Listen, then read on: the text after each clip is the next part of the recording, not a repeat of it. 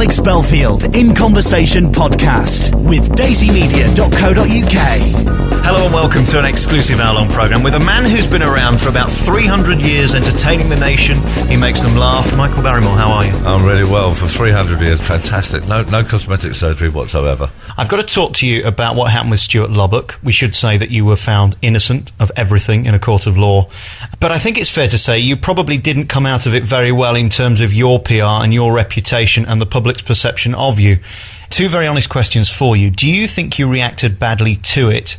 And secondly, do you think the press gave you a far more difficult time than you deserved? It was a combination of both. I mishandled the situation. Nobody's trained in how to deal with tragedy. When you consider I've been in people's front rooms all my life, making them happy, how do you deal with remorse on a public scale? It's not something, that's where I did get into the and ahhing thing, and then not feeling should I say this, shouldn't I say that, is it right to say this, instead of just saying it. I can do it now. And then what compounded that as well is the outrageous reporting by, not all of them, but a lot of the media, turning it into something that wasn't quite what it was, and to the extreme of outrageous headlines and front pages. And it was almost too juicy for the editors to go another route. The Independent was the only one who went, there's something wrong here, this is not right, and wrote the facts. But the Independent, as good as the paper is not strong enough to override, tabloids that sell millions of papers. Basically they wrote me off. Now, I've been through many times in my life when I've been written off. I must be on an elastic or something, because, the first time I went to rehab in Baltimore, I got blown apart by the tabloid there, and I thought, oh, this is it. I said, Sam Ferrier, goodbye career. Public supported me, coming out, again, not...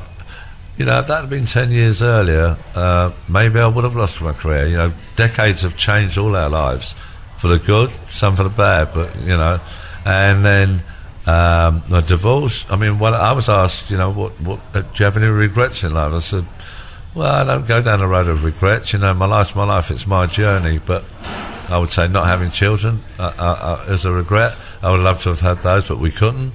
And not having an amicable divorce, the fact that it was so battling in front on a public stage. And I suppose the combination of that, and it took time for me to come through to realise, hang about, I'm not standing for this anymore. It's not fair. I don't see why I should be bashed from pillar to post for something I'm not responsible and I have nothing to do with. And it's just convenient because of my surname to always put it in the headline, whether it's got nothing directly to do with me. And then in the subtext, about halfway down, you can, oh yes, of course we know he wasn't responsible and had nothing to do with it. Well, people don't read. When you're driving past, you'd see a really strong headline that's really damning you. That's what goes into people's minds, and it's taken a long period to, I had to deal with me first. That's why I went to New Zealand. I didn't run away. I was at home in this country staring at brick walls. It wasn't healthy. I'd have ended up 6 foot under, and it was a survival thing. But I'm not fearful of it anymore, and I do agree with you, I perhaps didn't deal with it very well at all, but then I haven't got a book on how to deal with life. Is there any worse feeling in the world than opening a newspaper in a morning and seeing your picture on the front page and a headline that is not positive towards you?